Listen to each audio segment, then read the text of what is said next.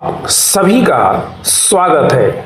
आज हम उत्प्रेक्षा अलंकार की ही कड़ी में जो उत्प्रेक्षा अलंकार का पहला भेद है वस्तु उत्प्रेक्षा अलंकार, उसके बारे में पढ़ेंगे। आपने उत्प्रेक्षा अलंकार के बारे में विस्तार से पढ़ लिया है, इसलिए सरलता के साथ इसे आप समझ जाएंगे। देखें इसकी परिभाषा क्या बन रही है। जहां एक वस्तु, ध्यान रखेंगे वस्तु, नाम भी है वस्तु, तो जहां एक वस्तु की दूसरी वस्तु के रूप में संभावना की जाए वहां वस्तु उत्प्रेक्षा अलंकार होता है। ध्यान रखेंगे, वस्तु से वस्तु की बात की जाती है यहां पर, यानी एक वस्तु से दूसरी वस्तु के रूप में कल्पना या संभावना की जाती है। नाम ही इसका है वस्तु उत्प्रेक्षा अलंकार, वस्तु प्लस उत्प्रेक्षा अलंकार। उदाहरण देखेंगे आप लोग, यहां आपको सारे वस्तु ही मिलेंगे और उत्प्रेक्षावाचक शब्द आपको बताए जा चुके हैं। ढूंढिए आप कौन से हैं। देखें उदाहरण नंबर 1 को। सोहत ओढ़े पीत पट श्याम सलोने गात।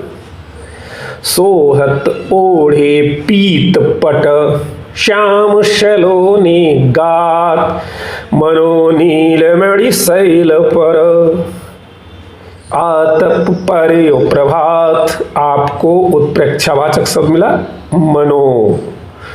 वस्तु कौन सी है? सोहत ओढ़े पीत पट, और तुलना मनो नीलमणि शैल पर आतप पर्यो प्रभात। तो यहाँ वस्तु से वस्तु की तुलना की जाने के कारण वस्तु उत्प्रेक्षा अलंकार है। आइए उदाहरण नंबर 2 को भी देख लेते हैं। कंकन किंकिनी नूपुर धुनि सुनी, कहत लखन सन राम हृदय गुनी। मानहु मदन दुंदुभि दिन्ही, मनसा विश्व विजय कह किन्ही। अद्भुत उदाहरण है यह प्रसंग। मां सीता जी जनकपुर के वाटिका में जब आती हैं, वहां भैया राम और लक्ष्मण उनके आभूषणों की ध्वनि को, कंकन की ध्वनि को, किंकिनी के ध्वनि को, नूपुर के ध्वनि को, ध्वनि को सुनते हैं।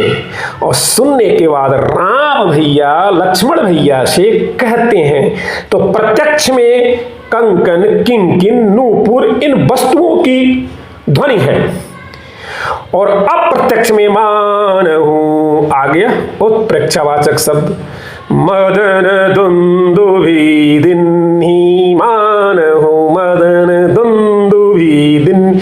दुंदुभि एक वाद्यंत्र है, मदन कामदेव को कहते हैं, जैसे कि कामदेव ने दुंदुभि बजा दिया हो। तो इसलिए वस्तु से वस्तु की तुलना करने के कारण यहाँ पर उत्प्रेक्षा अलंकार है। पूरे को आप ध्यान से याद कर लें। कंकन किंकिनी नूपुर धुनि सुनी, कहत लखन सन राम हृदय गुनी। मानहु मदन दुंदुभि दिन्ही, मनसा विश्व विजय कह किन्नी। अच्छा, उदाहरण एक और देखते हैं। उदाहरणों से बातें स्पष्ट होती हैं, अतः उदाहरण अधिक से अधिक हमें जानना चाहिए। इसमें आप लोग खुद देखें किस वस्तु से किसकी तुलना की गई। उदाहरण नंबर 3 है लता भवन ते प्रगट भी, ते ही अवसर दो भाई, निक से जनु जुग बिमल विधु, जलद पटल बिलगाय।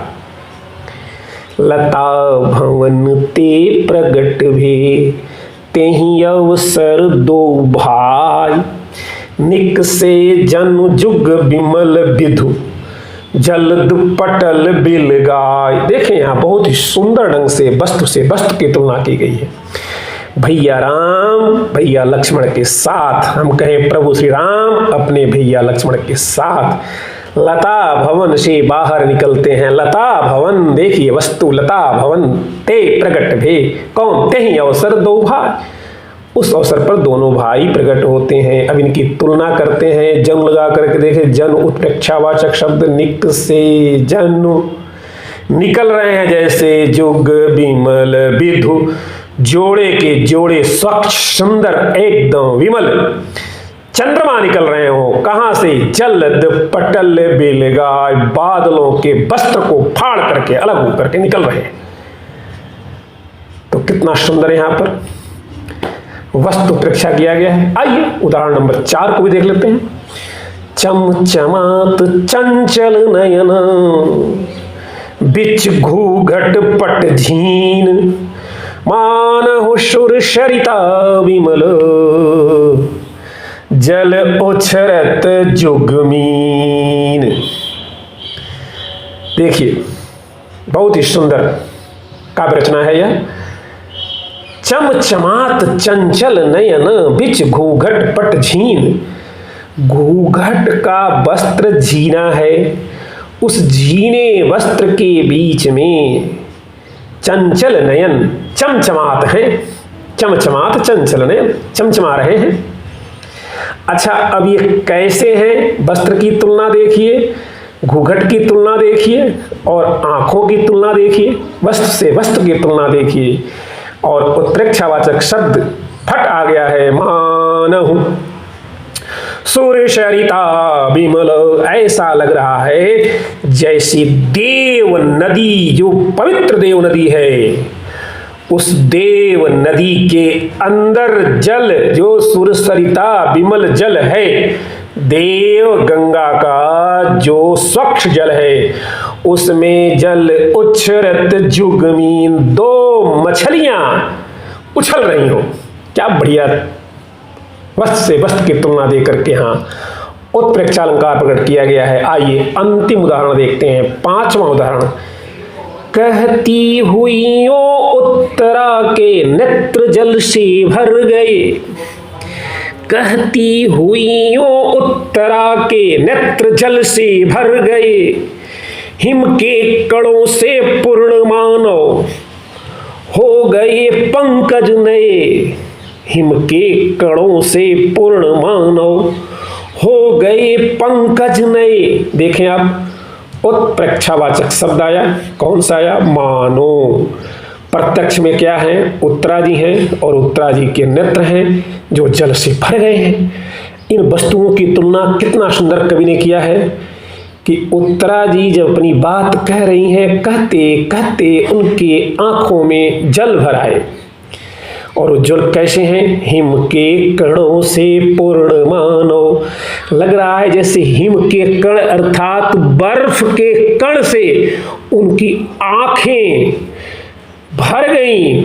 आंखें नहीं, हिम के कणों से पूर्ण मानो हो गए पंकज नए।